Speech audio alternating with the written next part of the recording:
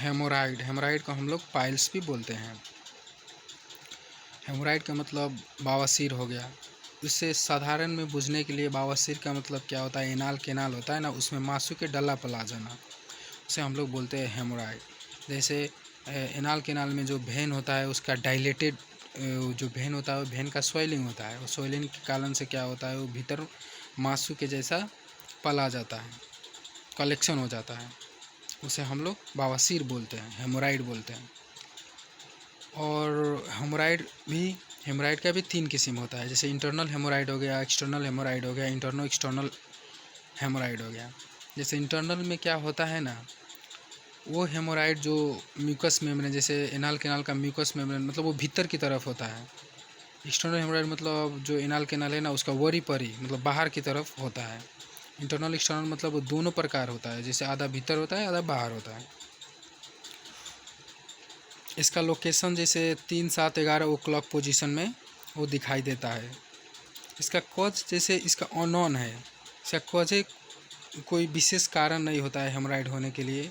Heredity होता है, जैसे बाप दादा का था, पहले उसका फैमिली में किसी का था तो उसको भी हो गया है, ऐसा हम लोग हिस्ट्री सुनने में आता है। चाहे उसका क्रोनिक कॉन्स्टिपेशन है, उसका मौसम है ना जो बहुत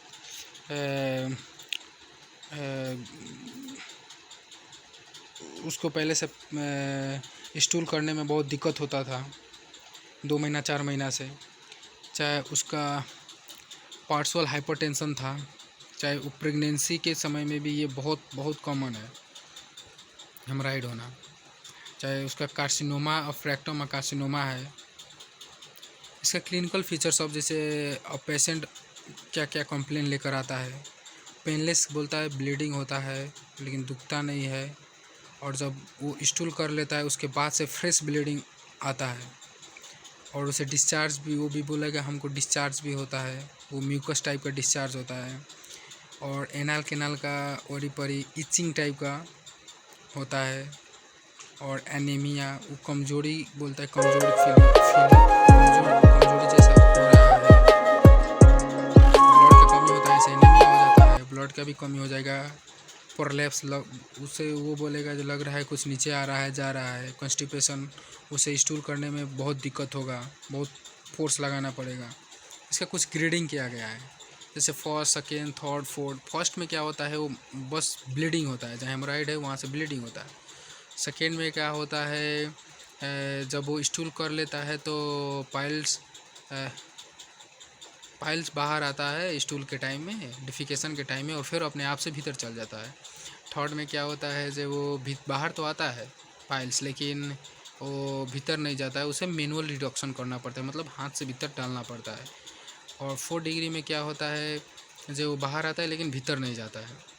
अब इसे हम लोग पता लगाने के लिए, वो तो वैसे भी हिस्ट्री से पता लग जाता है, लेकिन कुछ उसका इन्वेस्टिगेशन है जो हम लोग करते हैं, उससे पूरा कंफर्म हो जाता है कि हाँ ये पाइल्स ही है। जैसे पोस्ट रेक्टल एग्जामिनेशन करेंगे तो मांसू का डल्ला क्या होता है हम लोग को फील होता है, और भी रूल आउट होता है, जैसे रेक्टल कार्सिनोमा हो गया और ब्लीडिंग स्लीडिंग, वो सब हम लोग देख लेते हैं।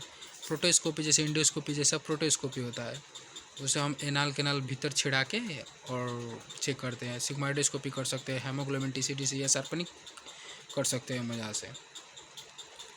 और क्या होता है इसका कॉम्प्लिकेशन हो गया, जैसे कॉम्प्लिकेशन में अगर बाय द वे हम लोग उसका ट्रीटमेंट नहीं किए, चाहे वो पेशेंट है वो बोल रहा है वो लुकाया है, वो लाज मानता था, उसके कारण से प्रोफ्यूज ब्लीडिंग, बहुत ज़्यादा ब्लीडिंग होता है, क्रोनिक एनीमिया हो जाएगा, ट्रांसुलेशन हो जाएगा, थ्रोम्बोसिस हो जाएगा, लास्ट में सड़ जाएगा वो।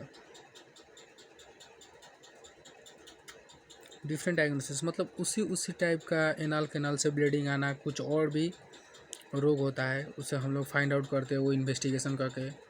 जैसे पेरी एनल हेमाटोमा, जैसे उसका वरी परी कहीं चोट पटक लग गया है, ब्लड जम गया है, उसके कारण से भी ब्लड आता है। रेक्टल प्रोलैप्स हो गया है,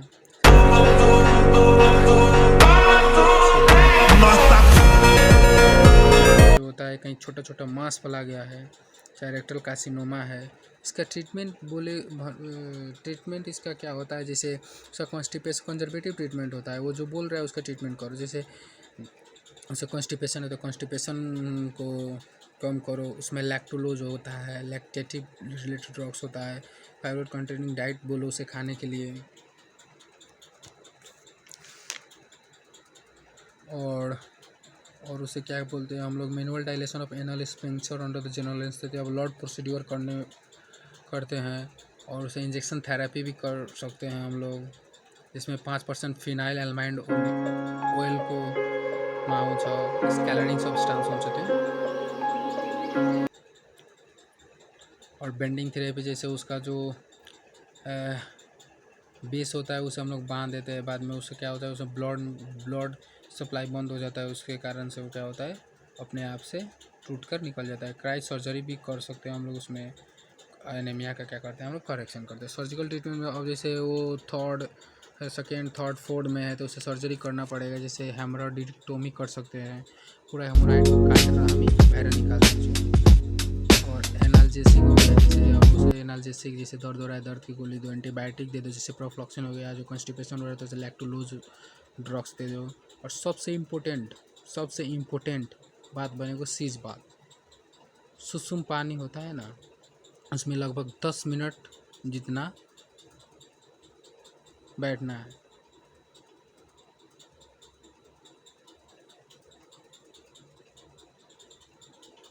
बस यही सब है। वो